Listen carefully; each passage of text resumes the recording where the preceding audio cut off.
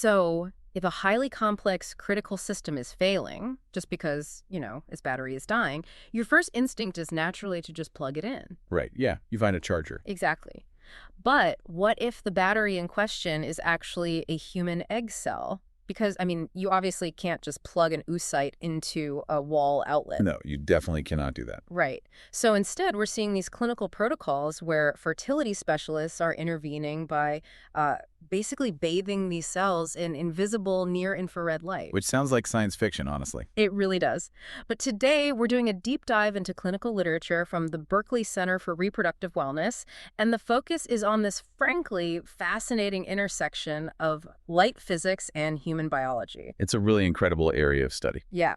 We are breaking down how low-level light therapy, or LLLT, is actively being utilized right now to combat cellular aging and intrinsically improve egg quality in fertility treatments.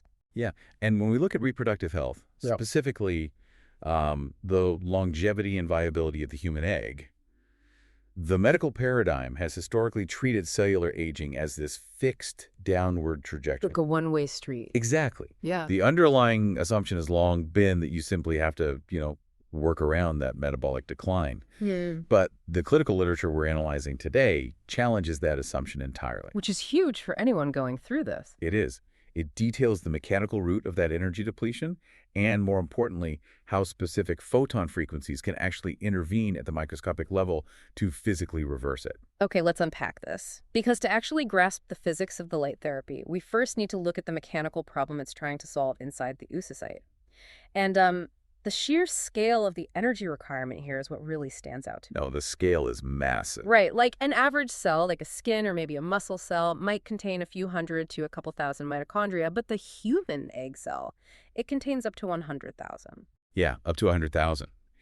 And it requires that massive density given its biological mandate. Those mitochondria exist to generate ATP. That's adenosine triphosphate, right? Right, adenosine triphosphate, Right. which is essentially the fundamental biological currency for work in the body. The oocyte has an incredibly demanding operational checklist. It's got a lot to do. It really does. It has to execute complex chromosomal division. It has to, survive the physical stress of fertilization. And then it must drive the initial rapid stages of embryo development. And every single step of that process requires fuel. Exactly. A vast, continuous supply of ATP. It makes me think of like a massive spacecraft sitting on a launch pad. Because most of a rocket's mass is just pure fuel, right? Right. It takes an almost incomprehensible amount of thrust just to execute the launch sequence and break the pull of gravity. So for the egg, that initial launch sequence is that chromosomal division. What actually happens when that cellular fuel tank starts running dry? Well, we observe this cascade heavily in patients diagnosed with diminished ovarian reserve, or DR, as well as just with general maternal aging. Okay. The mitochondrial output drops. And when the ATP levels fall below a critical threshold, the physical machinery responsible for dividing chromosomes, it's a structure called the meiotic spindle, it simply doesn't have the raw power to pull those chromosomes apart evenly.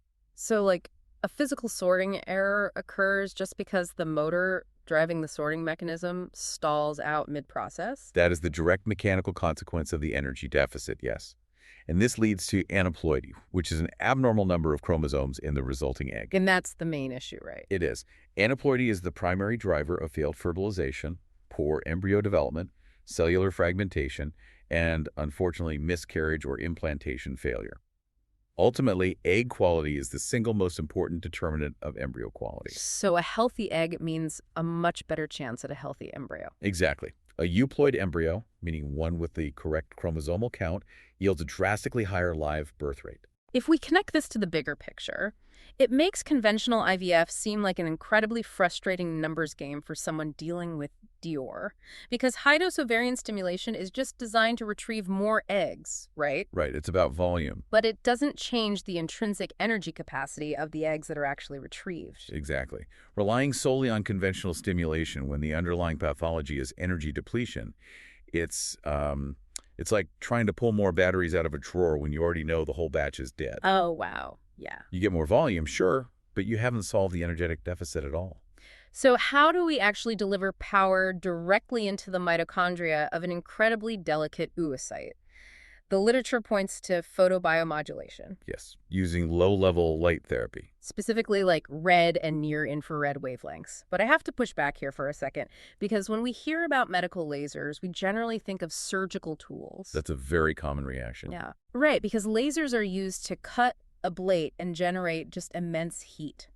Wait, so we're just shining a red laser on someone? Doesn't that generate heat and damage the tissue like a surgical laser? It's a vital distinction to make, honestly. Surgical lasers use concentrated high-power energy to cause controlled thermal damage. Right. But photobiomodulation operates on an entirely different physical principle. It uses completely non-thermal light energy. So no heat at all? None. The objective isn't to heat the water in the tissue, it's to trigger a photochemical reaction. The cells simply absorb the photons to enhance their natural biological functions, and they do this without raising the temperature of the tissue whatsoever. So the photon physically interacts with, like, a receptor inside the cell, rather than just blasting it with heat energy. Precisely. Specifically, it targets an enzyme called cytochrome C oxidase, or CCO. Okay, CCO. This enzyme functions as the critical fourth complex in the mitochondrial electron transport chain, which is basically the cellular assembly line that produces all that ATP. But when a cell is stressed, or simply aging, it begins to produce excess nitric oxide. And this nitric oxide physically binds to the CCO enzyme, acting like a molecular traffic jam. Oh, so it just blocks it up. Exactly. It blocks oxygen from binding, which practically grinds ATP production to a halt. So the factory line is literally jammed by the nitric oxide. It is. And this is where the physics of light meets human biology. Because photons of red and near-infrared light carry the exact specific energy required to break that bond. Wait, really? The light just breaks the bond? It literally displaces the nitric oxide right off the CCO enzyme.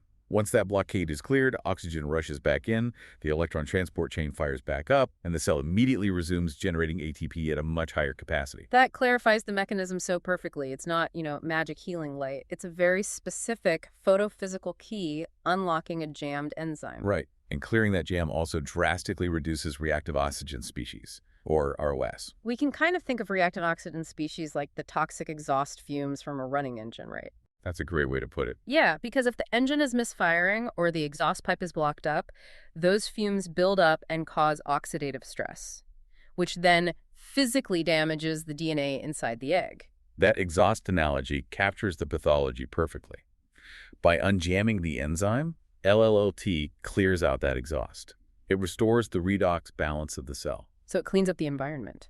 It does. Furthermore, it restores the mitochondrial membrane potential. It optimizes the electrical charge across the membrane of the mitochondria, so the entire ATP generation system just runs much more efficiently. Okay, here's where it gets really interesting. Because unjamming the existing enzymes is one thing, but the sources also detail a downstream biological effect called mitochondrial biogenesis. Yes.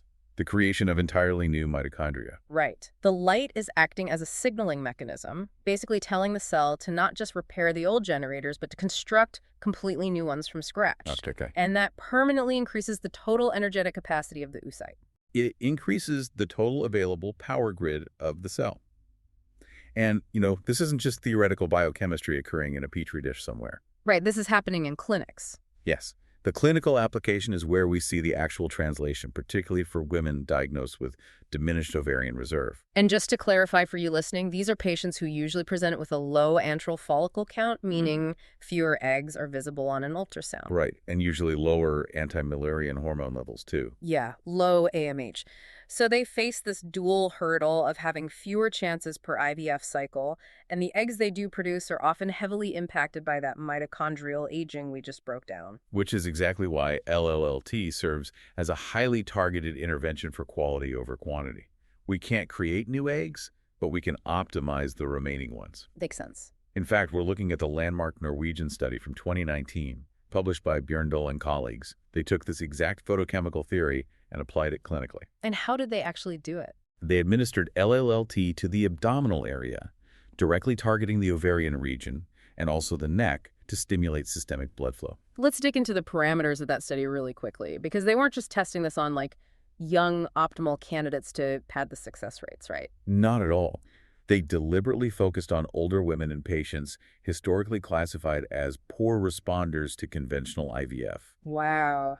The toughest demographic to treat. Absolutely. These are patients who would experience repeated implantation failures, poor embryo grading, or even just canceled cycles in previous attempts. So what happened? Well, the outcomes were highly significant. Following the LLLT protocol, they observed a measurable increase in fertilization rates.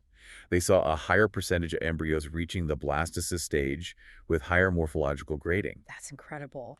And ultimately, this translated to a significant increase in clinical pregnancies and live births for a demographic that statistically faced a very, very low probability of success. So what is the mechanism driving that specific outcome? Did the light therapy somehow prompt the ovaries to produce more eggs?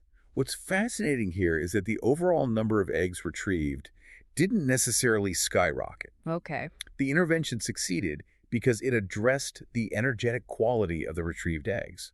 You don't need to revert a 40-year-old oocyte into a 20-year-old oocyte to achieve a viable pregnancy. You just need it to work once. Exactly. You only need to provide that specific cell with enough ATP to power the meiotic spindle, avoid that chromosomal sorting error we talked about, and successfully execute the division. It goes right back to that launch pad analogy.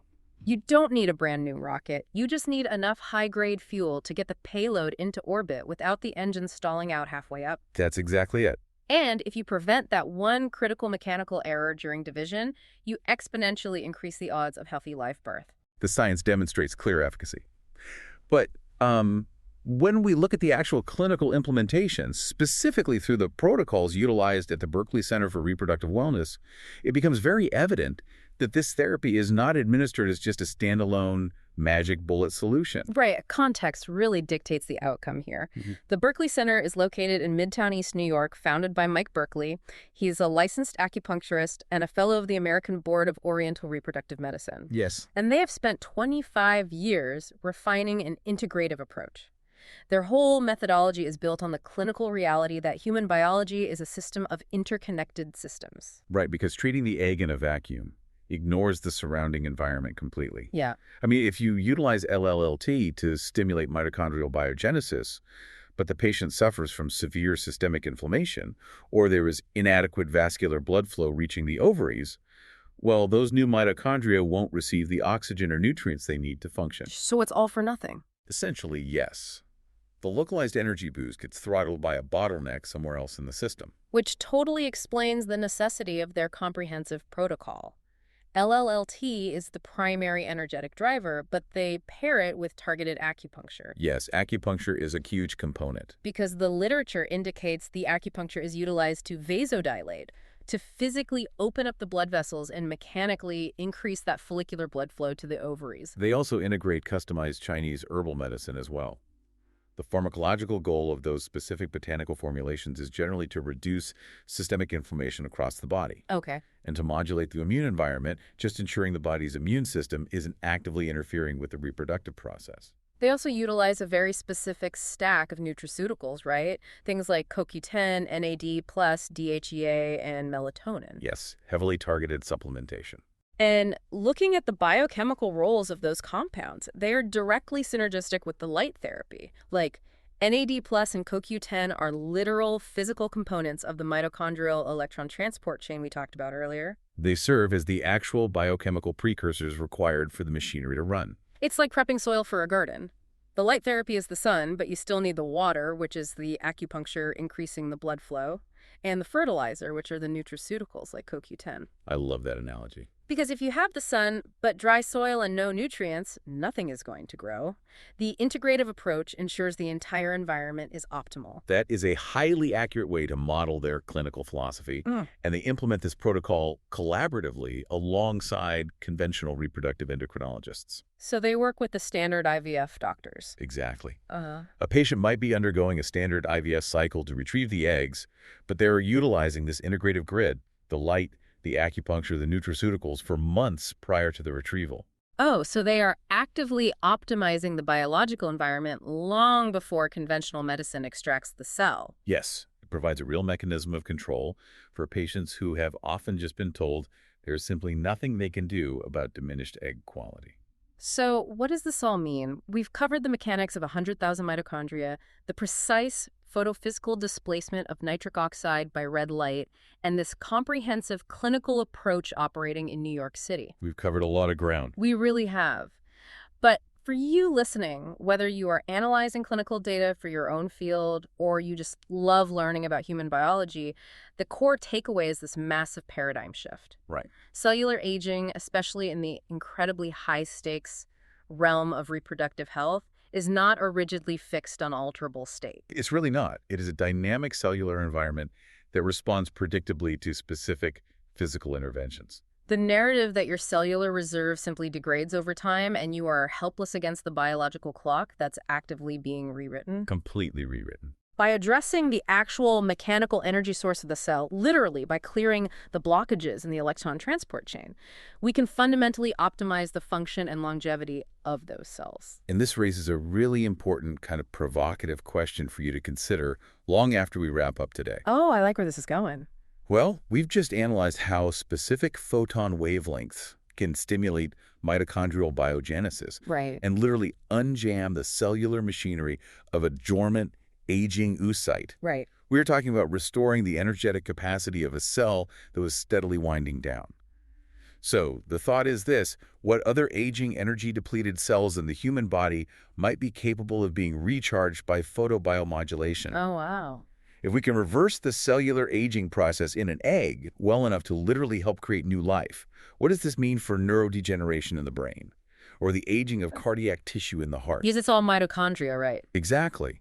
Are we looking at the foundational mechanics of broader cellular anti-aging medicine currently being pioneered and perfected inside a fertility clinic? That is an incredible thought to leave on. Just the idea that the blueprint for a systemic anti-aging might be found in the very treatments utilized to spark life in the first place. It's definitely something to think about. Well, that wraps up this deep dive into the source material.